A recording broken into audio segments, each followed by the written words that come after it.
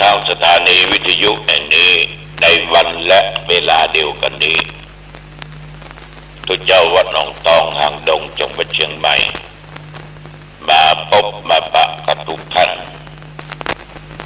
ขอบใจเน้อต่อญาติโยมที่ให้กำลังใจกันที่ติดตามฟังรายการนี้มาโดยดีตลอดขอบใจนะครับขอบใจหลายๆวันนี้เราก็จะไหว้พระสวดมนต์ถวายพระพรชัยมงคลแด่องค์พระบาทสมเด็จพระเจ้าอยู่หัวก็ขอญาติโยมตั้งอกตั้งใจคือจิตเป็นสมาธิดีเพื่อว่าจะได้เป็นพลังอันแข็งแรงเอาละต่อไปมาไหว้พระสวดมนต์ด้วยกันอะระหังสัมมาสัมพุทโธภควาพระผู้มีพระภาคเจ้าเป็นพระอรหันต์ดับเพลิงกิเลสเพลิงทุกข์สิ้นเชิงตรัสรู้ชอบได้โดยพระองค์เองพุทธังภควันตังอภิวาเทมิข้าพเจ้าอภิวาทพระผู้มีพระภาคเจ้าผู้รู้ผู้ตื่นผู้เบิกบานกราบพระพุทธสวากขาโตภควตาธัมโมพระธรรมเป็นธรรมที่พระผู้มีพระภาคเจ้าตรัสไว้ดีแล้วธัมมังนัมสสามิข้าพเจ้านมัสการพระธรรมกราบพระธรรมสุปฏิปันโนภควโตสาวกสังโฆพระสงฆ์สาวกของพระผู้มีพระภาคเจ้าปฏิบัติดีแล้วสังฆังดัมมามิข้าพเจ้านอบน้อมพระสงฆ์กราบพระสงฆ์นะโมตัสสะภะคะวะโตขอนอบน้อมแด่พระผู้มีพระภาคเจ้าพระองค์นั้นอะระหะโตซึ่งเป็นผู้ไกลจากกิเลสสัมมาสัมพุทธัสสะตรัสรู้ชอบได้โดยพระองค์เองนะโมตัสสะภะคะวะโตขอนอบน้อมแด่พระผู้มีพระภาคเจ้าพระองค์นั้นอะระหะโตซึ่งเป็นผู้ไกลจากกิเลสสัมมาสัมพุทธัสสะตรัสรู้ชอบได้โดยพระองค์เองนะโมตัสสะภะคะวะโตขอนอบน้อมแด่พระผู้มีพระภาคเจ้าพระองค์นั้นอะระหะโตซึ่งเป็นผู้ไกลจากกิเลสสัมมาสัมพุทธัสสะตรัสรู้ชอบได้โดยพระองค์เองพุทธังสรณังคัจฉามิธัมมังสรณังคัจฉามิสังฆังสรณังคัจฉามิทุติยัมปิพุทธังสรณังคัจฉามิทุติยัมปิธัมมังสรณังคัจฉามิทุติยัมปิสังฆังสรณังคัจฉามิตติยัมปิพุทธังสรณังคัจฉามิตติยัมปิธัมมังสรณังคัจฉามิตติยัมปิสังฆังสรณังคัจฉามิมหาวาชิลาลังการะโนทัยญาณังปิยะคติโยมหาเตชานุภาโวจาภาโอสัตตวิจักขา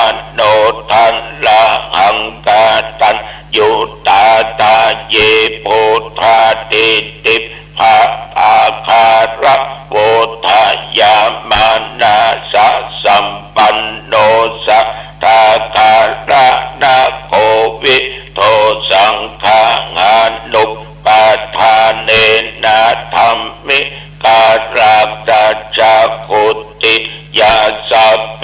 สังสะมะนานัมปิสัพเพสังรัตถวาสินังสัพพะกิจจานิการเรติสารัตติกานิสัพพะโสภูปาลัตตากะรังเกกิอเนเกงาภิมันติโตเศทัสสะลาชะภาวัสสะอนุรูปโปอ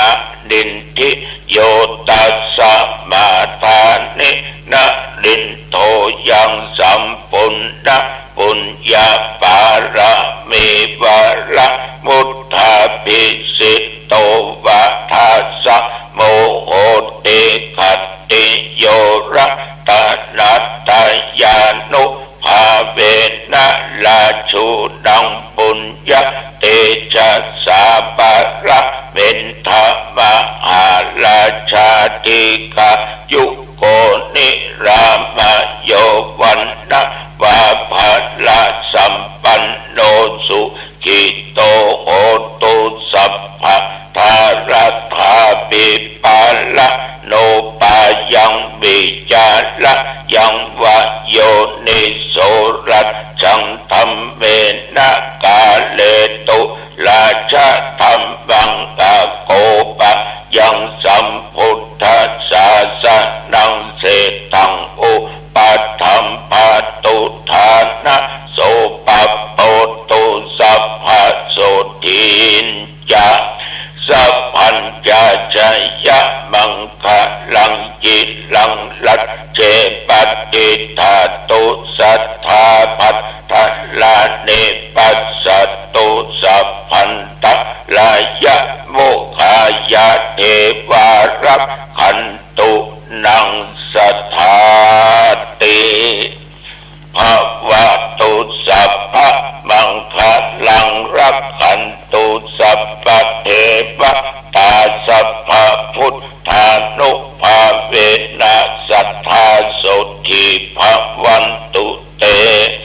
ภวตุสัพพะมังคะลังรักขันตุสัพพะเทวตาสัพพะธัมมานุภาเวนะสัทธาโสทิภวันตุเตภวตุสัพพะมังคะลังรักขันตุสัพพะเทวตาสัพพะสังฆานุภาเวนะสัทธาโสทิภวันตุเต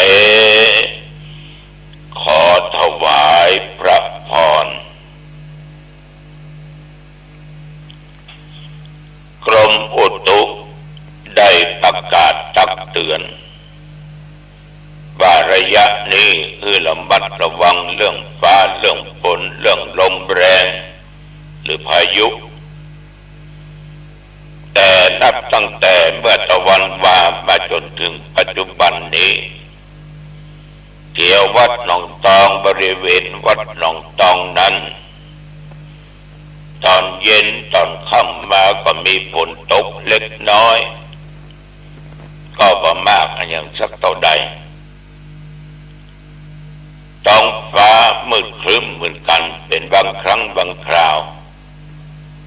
แต่ว่าอากาศก็ยังร้อนอบอ้าวอยู่อุณหภูมินั้น25 องศาพ่อแม่พี่น้องญาติโยมศรัทธาท่านผู้ฟังทั้งหลายทุกท่านทุกคนวันนี้ไปอีกเป็นสักกี่วันก็ใกล้เข้าพรรษาแล้วเนาะใกล้เข้าพรรษาละก็ให้ญาติโยมเตรียมจิตเตรียมใจเตรียมกายให้พร้อมตลอดจนวจีหรือวาจาถ้าหากว่าไม่ได้เตรียมใจมัวเฉยๆเดี๋ยวมันจะเลยวันเข้าพรรษาไปเตรียมใจไว้อย่างขมักเขม้น ปีนี้เข้าพรรษาจะไปวัดจะไปทำบุญตักบาตรจะไปไหว้พระสวดมนต์จะไปฟังเทศน์ฟังธรรมจะไปเจริญเมตตาภาวนาตั้งอกตั้งใจว่าอย่างนี้แล้วก็จะได้ไปเตรียมกายให้พร้อมสุขภาพกายต้องให้พร้อมต้องกระปี้กระเป๋าแบบใช่ว่าจะไปวัดแล้วก็ค้างขึ้นเจ็บแข้งเจ็บขาปวดหัวเข่าลุกนั่งยากขึ้นยากลงยากเปื่อนหั่นเปื่อนนี่ก็เดี๋ยวไม่ได้ไปเตรียมใจ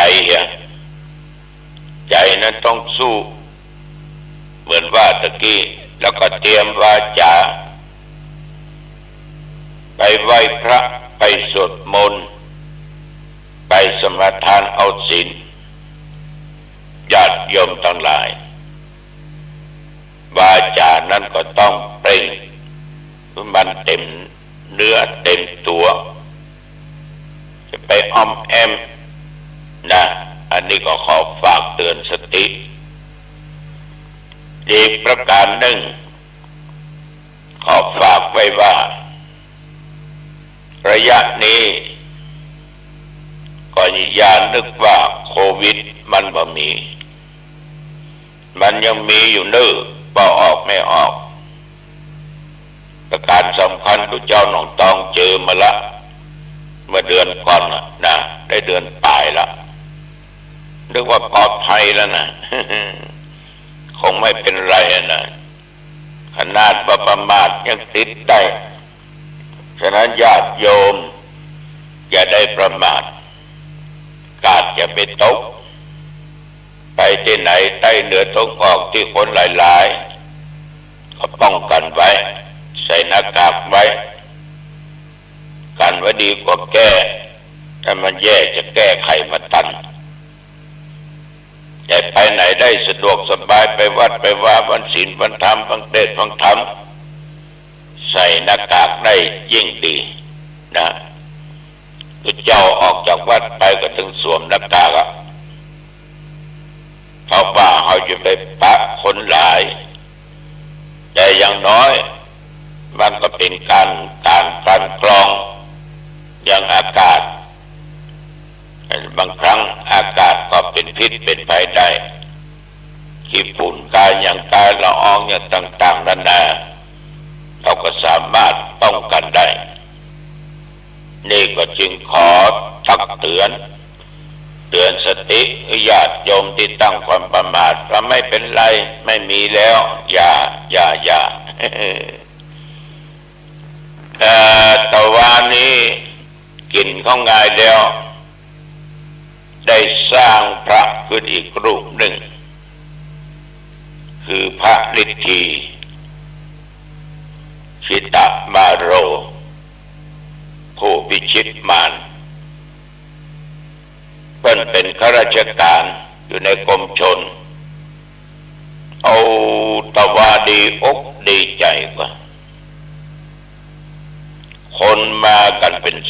200-300 คนในวัดรถเต็มหมดข้างถนนหนทางนั้นยาวเหยียดมาจากหลายที่หลายแห่งหลายหนแต่ว่านี่รองที่บดีกรมฝนหลวงของการเกษตรก็มานั่งเป็นประธานพร้อมโดยงานราชการคือแก่คุณฤทธีที่บวชฤทธีนี่เป็นคนตำบลหนองตองเป็นหัวหน้าของเขตฉะนั้นลูกน้องก็ดีเพื่อนพ้องมิตรสหายก็ปากันมานักปากันมาหลายเรียกว่าเต็มวิหารล้มวิหารเมื่อหันภาพอย่างอี้ก็ดีใจหนึ่งอาจจะด้วยเป็นหัวหน้าสองมากับเจ้านาย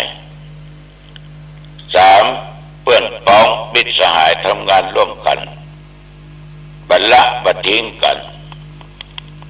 เพราะบุคคลที่บวชนี่เป็นคนมาทิ้งเปิ้นมีการมีงานบุญกุศลขึ้นบ้านใบแต่งงานการทอดผ้าป่ากฐินเปิ้นร่วมทุกครั้งก็เรียกว่ามีน้ำจิตน้ำใจต่อคนรอบข้างต่อลูกน้องต่อลูกพี่ฉะนั้นทวารเนี่ยคนจึงนักคนจึงหลายหันแล้วก็ดีอกดีใจก็อู้จางฝากศาสนาพุทธเนี่ยไว้กับลูกกับหลานกับญาติกับโยมว่าจะไปละไปทิ้งกันเน้อตัวเจ้าก็เหลือน้อยเน้นก็เหลือน้อยอู้จาเนี่ยไปนักแล้วก็อู้จาเรื่องความกตัญญูกตเวทิตาต่อแผ่นดินต่อพุทธศาสนาต่อสถาบันมหากษัตริย์แต่ว่าก็บวชบนวิหารบวชเน้นบวชตัวเจ้าขึ้นอุโบสถแต่ว่าใจส่งอยู่15 รูปด้วยกัน14 รูป15 รูปด้วยกันก็บริหารเวลาตึงบวชเน้นตึงบวชพระตึงตาลตึงอย่างเนี้ยประมาณ1 ชั่วโมง 30 นาที1 ชั่วโมง 30 นาทีก็ดีใจที่ได้บวชพระอีกองค์หนึ่งอย่างน้อยเป็นราชการก็จะอยู่จำพรรษา1 พรรษาปิดไปที่วัดพระลานพ่อแม่เป็นคนที่หั่นเป็นคนที่หั่นแล้วก็พอมาอีกตกเย็นก็ดีใจได้สร้างพระขึ้นแห่ง1 ตนสร้างสมณเณรอีก1 องค์ที่วัดขุนคงศพแม่ข่าอันนี้ก็ญาติโยมที่เป็นเคารพนับถือมาจากภาคใต้พัทลุงสงขลาหาดใหญ่ในตระกูลนภัทลุงก็มาร่วมพ่อแม่พี่น้องญาติของเน้นที่จะเป็นผู้เจ้าก็มาจัดนักมาจัดหลายแห่แห่แท้กันก็เป็นที่ม่วนนะม่วนอกม่วนใจก็ได้สร้างพระขึ้นอีกองค์ไว้ที่วัดของขุนคงแล้วก็มีการบวชเน้นอีก1 องค์ก็จะได้อยู่สืบต่อพุทธศาสนาไปเนี่ยระยะนี้ตมาภาพเมื่อเขานิมนต์เป็นนั่งอุปชาแต่หันภาพต่างๆก็มีความชื่นอกชื่นใจว่าหมู่เฮาชาวพุทธนี่มันละมันลบมันลีกมันหนีมาห่างไกลกันยังร่วมทำบุญทำกุศลเสริมสร้างบารมีของแต่ละคนอยู่แต่ว่าเช่นเดียวกันกินข้าวตอนแล้วมีขี้เหล้า2 คนมาขอบวชอาตมาก็ถามว่าเหตุใดค่อยบวชเขาก็ฟังตรงๆว่าผมย่างมาได้7-8 วันละหลวงพ่อนั่นเนาะเช่นเดียวกันครับประเด็นนี้ตัดสินแล้วครับว่าขอหลวงพ่อบวชหรือผมกรรมผมบ่มีอย่างสักอย่างญาติพี่น้องก็ตึงมองหน้าแล้วครับก็ไปเรื่องบวชเพิ่นก็บ่สนใจผมก็ย่างเล่าครับเพิ่งเอาบัตรอย่างโบกขาวบัตรอย่างมาเปียสมาภาพจากเจ้าหน้าที่ตำรวจจากผู้นำชุมชนแน่นะว่าจะอดได้ครับแน่ครับผมกล้าแล้วครับบวชเป็นเน้นเอาบอกอยู่สักภาษาก็เป็นผู้เจ้าครับขอได้บวชเถอะครับ เลยอาตมาก็อนุญาตบวชวันนี้เนี่ยก็เรียกว่าโจรกับใจเนาะเขาต้องให้อภัยต้องให้โอกาสเวลาแก่เขามาเพื่อก็จะให้เมาหรอกวันวันยางได้7-8 วันละอยากการอยากงานได้ทำอย่างได้ถึง2ก็ดีใจต่อญาติต่อโยมที่กับเนื้อกับตัวกับใจผมฟังตุลุงตลอดหรอกไม่ก็คัดกับตุลุงน้อยเนาะเอาเข้าตุลุงอู้ถึงโทษการกินเหล้ากินยาอย่างต้องก็มาพิจารณามันแพ้อย่างอันรู้ผมก็เลยตัดสินใจขอบวชแต่ผมมีสตางค์ครับมีสตางค์ก็จะบวชเป็นอย่างบวชเน้นนี่มันง่ายเจ้าก็ผ้าไตก็เจ้าใช่ไหมแม้ความบ้าทั้งเป็นอุปชาทั้งบวชให้ทั้งผ้าไตหลายสิ่งหลายอย่างตอนเนี้ยจะบวชตอนเย็นและตอนเย็นวันนี้ก็จะไปสร้างพระขึ้นแห่งตนก็ตีวัดต้นเฮือดเทพประสิทธิ์วัดพระท่านสาธุเจ้าเจดีใจเป็นบุญเป็นกุศลฉะนั้นมีการบวชพระบวชเนรที่ไหนเนี่ยญาติโยมก็ไปช่วยช่วยบุญช่วยกุศลเสริมสร้างบุญญาบารมีคือแก่บุคคลที่มาบวชบางคนก็คิดไปอย่างกับมันเมาเหล้ามันติดเหล้าบวชแล้วมันอย่างแต่จะยุ่งก็องค์คุณิมานนั่นหรอกมันยังหยุดได้ญาติโยมจะไปมองกันกับภายนอกอย่างเดียวต้องมองถึงเจตนาก็ถ้ามันอดว่าได้ก็ต้องว่าเราก็จะออกญาติโยมเมื่อเพิ่นมีเจตนาบริสุทธิ์เขาก็ต้องให้โอกาสต้องให้อภัยซึ่งกันและกันบดีไปถือสาหาโทษกันนะอาตมาก็พิจารณาดูแล้วว่าสมควรอนุญาตคือบวชเป็นเน้นก่อนเอาละวันนี้อู้จ่าไปมาเป็นเวลาพอสมควรไปวัดเนื้อเข้าภาษานี่นะเตรียมเนื้อเตรียมตัวเนื้อพบกันใหม่โอกาสหน้าเจริญพร